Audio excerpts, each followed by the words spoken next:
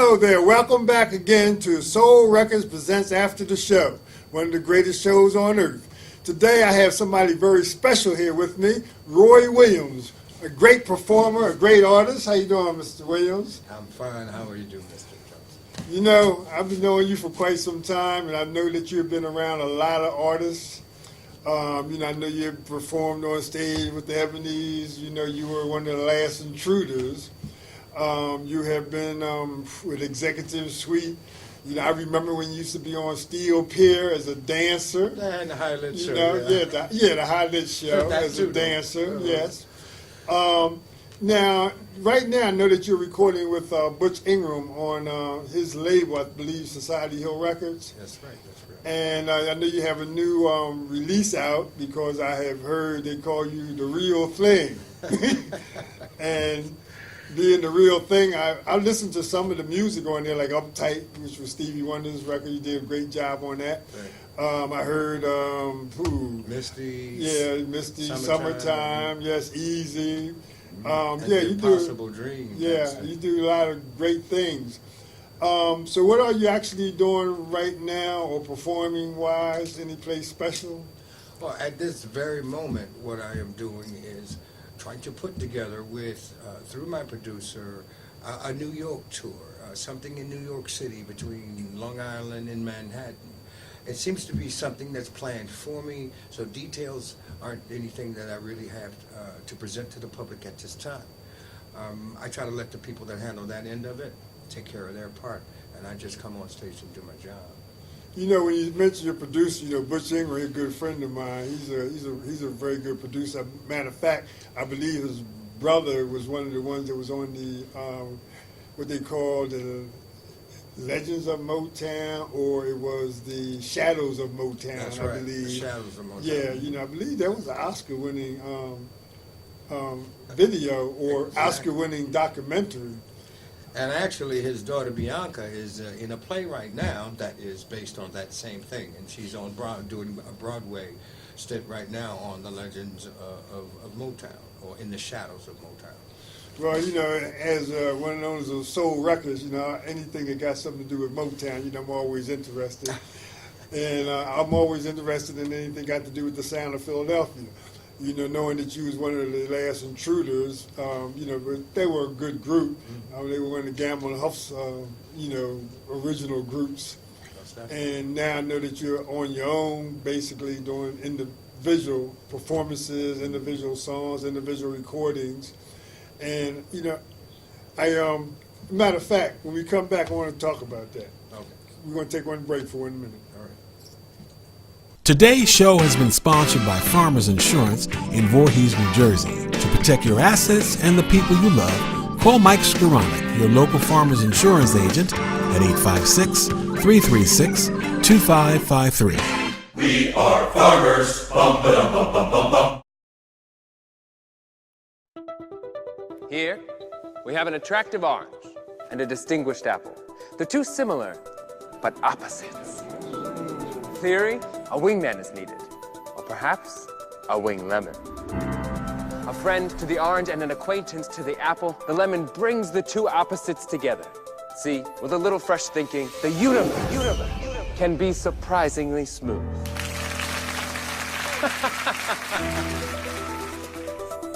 Welcome back again to Soul Records Presents After the Show with my guest, Roy Williams. Roy, you know, I wanted to ask you, how did you actually get started in the business? You know, I mean, I've known you for a while, but, you know, tell me how you actually got started, what made you interested in the music and some of the... Well, in fact, it was my mother. My mother was a minister.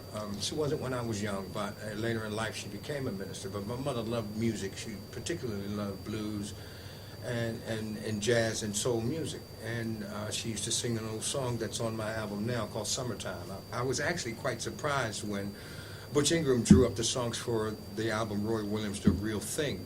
One of the songs in the 10-song collection was Summertime. And what's so odd about it is that as a 4 or 5-year-old boy, my mother sang Summertime while she washed the dishes and cooked meals, and I would hear her in the kitchen singing this song. So when I got old enough to learn the lyrics and sing it back to her by the time I was 5 or 6, every time she'd get sad, I'd sing her Summertime. That's when it started. Then she took me to church, of course. That was something that I grew up in church, just like pretty much everybody in Newport News, Virginia, an area where I was raised. Went to church on Sundays, and we walked there, and in church I began to sing some gospel in church and teach Bible study. So gospel music got into my blood early. And then, of course, after coming to Camden High School and meeting you and being one of the Iota Psi Phi fraternity with you at Camden High School, I was discovered by Butterball. And Butterball is the one that placed me with the executive suite and any other people within that network of people out of Philadelphia International. That's where it started. You know, Butterball is a great friend of mine. He's one of the world's greatest DJs, with WDS in Philadelphia. And, of course, you know, Camden High School where I went, where I met you at, you know, a lot of great folks went there. You know, Victor Karstoffen, who wrote songs like Wake Up Everybody, Leon Huff, you know, who, you know, has a couple thousand hit records I'm from telling you. Wake Up Everybody to The Love of Money. And McFadden Whitehead, and I mean, you got to mention them all because it was a network. And that's what I think is missing today. Is more, so many people are just out there plugging for just themselves, when really it takes a network, it takes a music group, it takes, like what you're doing right now. This is Soul Records. It's an affiliation, a part of Motown, okay? And what you're doing is you're keeping the sound alive. Yeah, that's why I got a nice little article in Hollywood Times. Cheryl Aronson, the director of communications for Soul Records, had an article that she'd written called Resurrection of Soul Records. And you know something else I wanted to mention on, you know, being Black History Month and so on and so forth. I know that you have performed for a lot of dignitaries and certain individuals, and, you know, actually you have made some historical performances. Yes. You know, I believe for, you know, the first African-American governor. Yes. You know, if you mind telling me about that and a few Yeah. other individuals that You you, know, performed for. I was born in Philadelphia, but I was early schooled in Newport News in Hampton, Virginia. And, you know, after going to college at Rutgers University, I settled to raise my family in Newport News, Virginia. There was a governor, Doug Wilder, the first black governor of any state in the Union, in the United States. And he had run for office, and he actually ran 2 terms. He's most famous, I guess, for pardoning Allen Iverson when he really? got in this little issue in Virginia, because he's from Virginia as well. There's, well, Michael Vick is too, and I'm friends with Michael Vick's family and father. Okay, but I was the performer for the fundraiser for them. As a matter of fact, the group that played for me, that performed with me, was a group called As One, which is Greg Rich and Carlton Savage in Virginia. They're really strong musical personalities down there. And they were my music, they were my band. And yes, I sang and performed at many venues for him. For a guy who was running against Chuck Robb, a senator that run many times and won many times. There was a Barry Epstein in there, a real famous guy that ran against Chuck Robb. Chuck didn't win. He missed by not even a good 100 votes.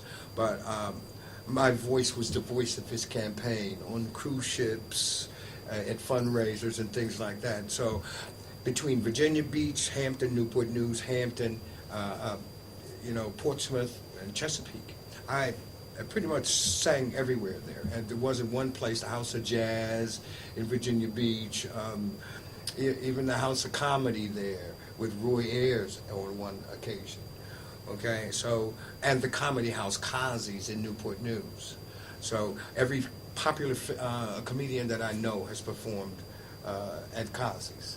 You know, I wouldn't be surprised. Of course, you know, the president can only run for 2 terms, but if Barack Obama could run for a 3rd term, I'm sure he would have you as his voice for his campaign, or at least perform at the White House for his inauguration. And it's odd he would say that. You know what? It's odd that he would say that. And that's because of the fact that right now, I think, I do have a Facebook page. And on my Facebook, I get so many people telling me how much I remind them of Barack Obama. I don't know whether it's my stature, the way I speak, or whatever, but I'm being compared to him often. So people will say, "Are you feeling presidential today?" And I say, "Yes, I am feeling presidential today." It's odd you'd say that. You know, one of your backup singers, I believe, Bianca, Yeah. is Butch Ingram's daughter, if I ain't mistaken. Yeah, so on this album, her and her mother actually are the voices behind at least 6 of the 10 songs on my album. So those great voices in the background on Easy Like Sunday Morning that sounds like a church choir, that's Bianca and her mother. That and on Foolish Heart, they make the back of this song. I mean, they make the background of this song. They're the support of that song. So I got to give a lot of credit to them, and you must give me a moment to talk about a wonderful young lady that really inspired me at the end of the recording of the album. The last song done on the album was called Ain't Nothing Like the Real Thing. I'm sure you remember that. Yeah, Marvin Gaye absolutely. Tamborello. No That's doubt about it. Motown. Yeah, absolutely. And I called and contacted her on Sunday. She contacted me on Facebook. Monday night we went in and recorded it, one evening of takes, and we completed that song, and it is on the album, Roy Williams, The Real Thing. Of course, it's not why the album was named The Real Thing, because that song was Ain't Nothing Like the Real Thing.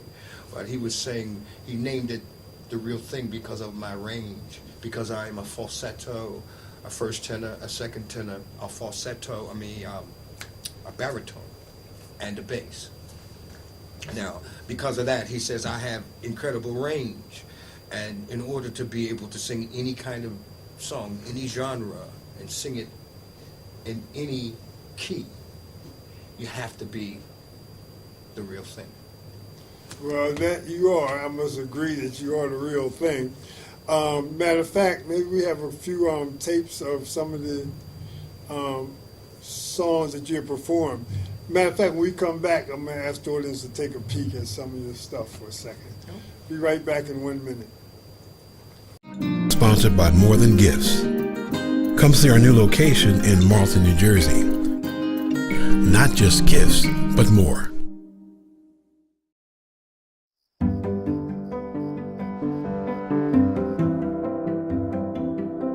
This man has an accomplished research and analytical group at his disposal. But even more impressive is how he puts it to work for his clients. Morning. Morning. Thanks for meeting so early. Oh, it's not a big deal at all. Come on in. It's how Edward Jones makes sense of investing. Today's show has been sponsored by Farmers Insurance in Voorhees, New Jersey. To protect your assets and the people you love, call Mike Skoranek, your local Farmers Insurance agent, at 856-336-2553. We are farmers. Bum ba dum bum bum bum bum. Welcome back again to Soul Records Presents After the Show with my special guest, Roy Williams. It's always a pleasure to have Roy Williams on the show or even see you perform.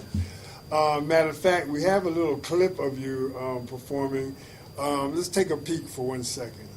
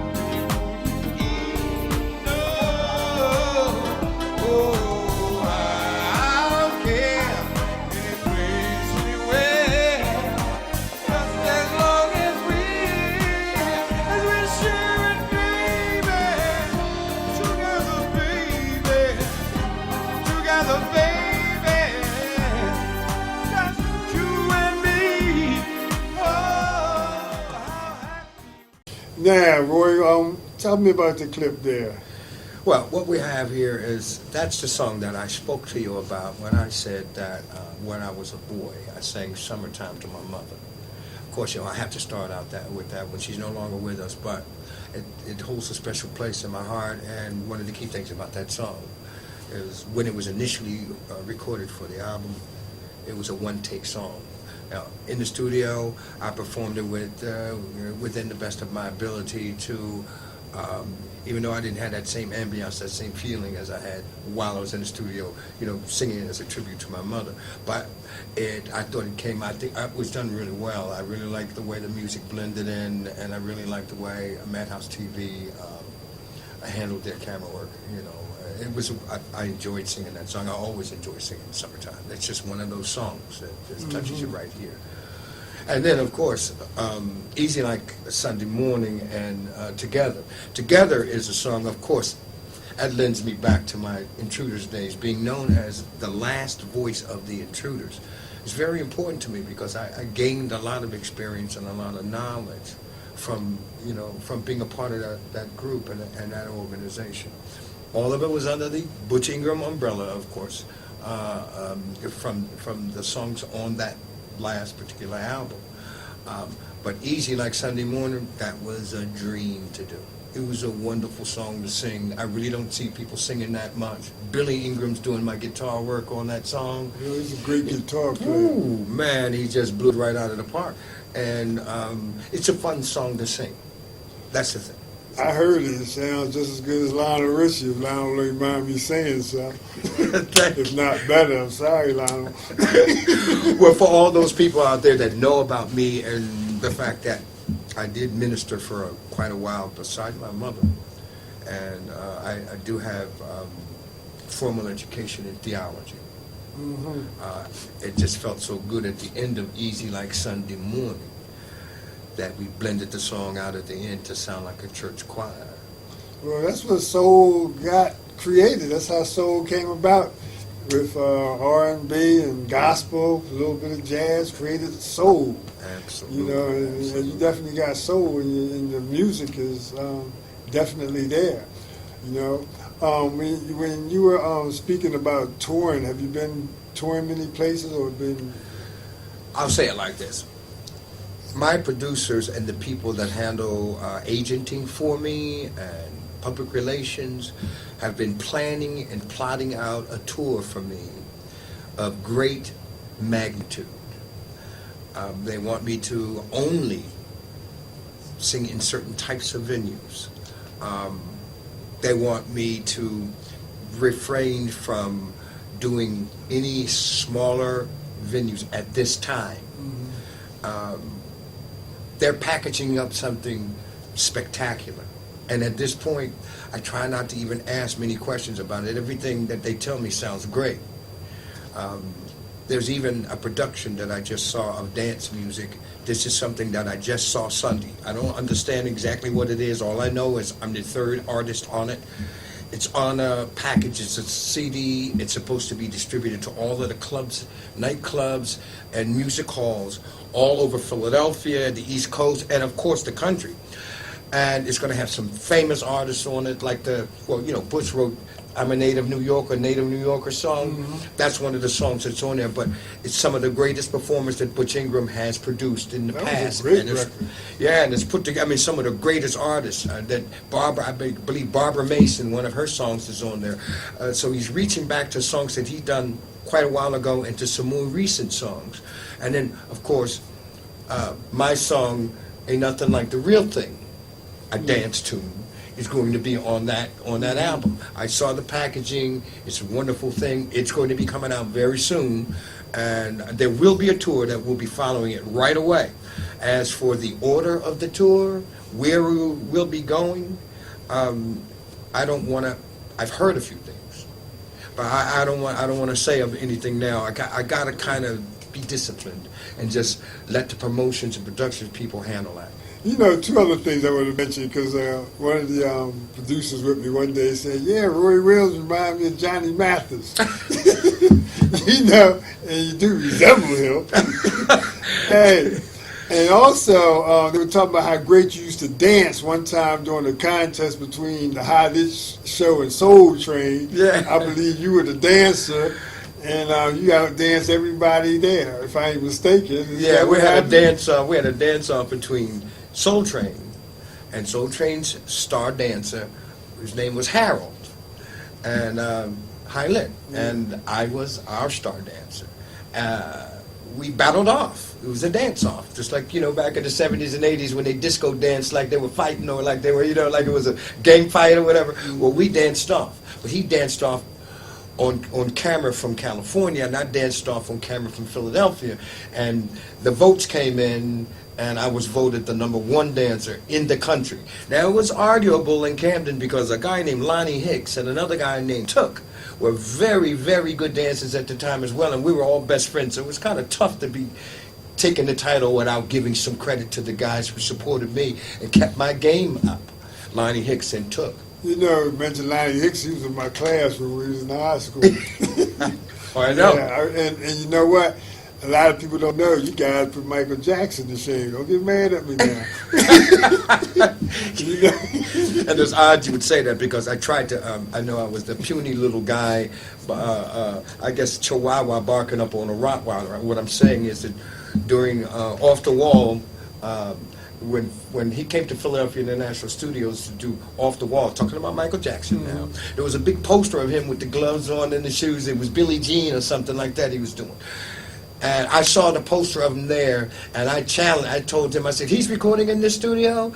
And I was there with McFadden and Whitehead and Leon Huff. Yeah. And I said, he's the guy? And they said, yeah, he's doing some of his recordings here through Epic Records or something. Yeah, so, yeah. So I said, oh yeah, well, you guys think he's the baddest dancer around? He ain't got nothing on me. Tell him I'm challenging him. Tell him if he wants to prove that he's the baddest dancer around, to come and see me. And they said, yeah, right, okay, we'll tell him. But he never responded to it. But I was young, and I was trying to get his goat a little bit to see if he'd accept the challenge. But you can't take anything from Michael Jackson. He's actually the greatest performer of our time and any other time, as far as I'm concerned. Yeah, he was good. Nice guy too. Huff and Gamble, they did a pretty good job with him. When he left Motown, came to Columbia Epic, and he's with, he got the Gamble Huff crew to work with him. That's when you guys was over in the studio with him. Yeah. Yeah. That was great. One other thing I was going to ask you, when you were talking about ministry, because I know like Solomon Burke and a lot of them other guys, they're ministers, and they, they sing and perform. And, I wonder if a lot of the youngsters, like, is there any things that any kind of advice that you may give spiritually to some of the younger crew out here that, would look up to you or have known you, or some who've just gotten to know you? Because a lot of guys out there, the younger crew, they may not know you, how great you were as a dancer, or that you were affiliated with Michael Jackson, and or that you performed for Governor Wilder.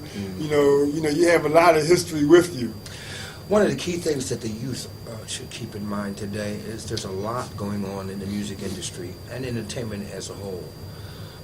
Faith and religion, and not so much religion as faith, because religion is pretty much organized politics of church, okay? But faith in God, and going to church, and fellowshipping, and just a rounded package of having a spiritual life is going to teach you the difference between good money and bad money, okay? So everybody's talking about get money, and that's what's hurting our youth today. If you ground yourself in faith, whatever your faith be, ground yourself in it and try to live it more than you speak it. Okay? Once you live it more than you speak it, then people will realize that you are really the real thing. You're not there just faking it till I make it to fill my pockets up. So to the kids out there, just get something you really want to do. Be true to it. Be honest to yourself. Do it with all your heart and all your might and all your soul. And remember, all money ain't good money. It's not. Because if you have to sell your soul in order to fill your bank account, it'll never last. There's I guess it's a fable, even though I'm Robert E. Johnson, but there's an old fable about Robert Johnson, the blues singer. Yeah, he said, run into it all the time. So I don't know if that's true or not, because, I don't believe that. But he was a great blues singer. And, he said that he couldn't play a lick. didn't dress right, went somewhere out in the wilderness, came back, he could play, sing, and he was dressed to a T. Right. But Is that where you get it from? Because Nah, you're always dressed to a T, man. Well, I appreciate that. You know what I mean? But you too. I guess we came up that way. Anyway, I'm gonna take a break right here, and we'll come back for one more minute.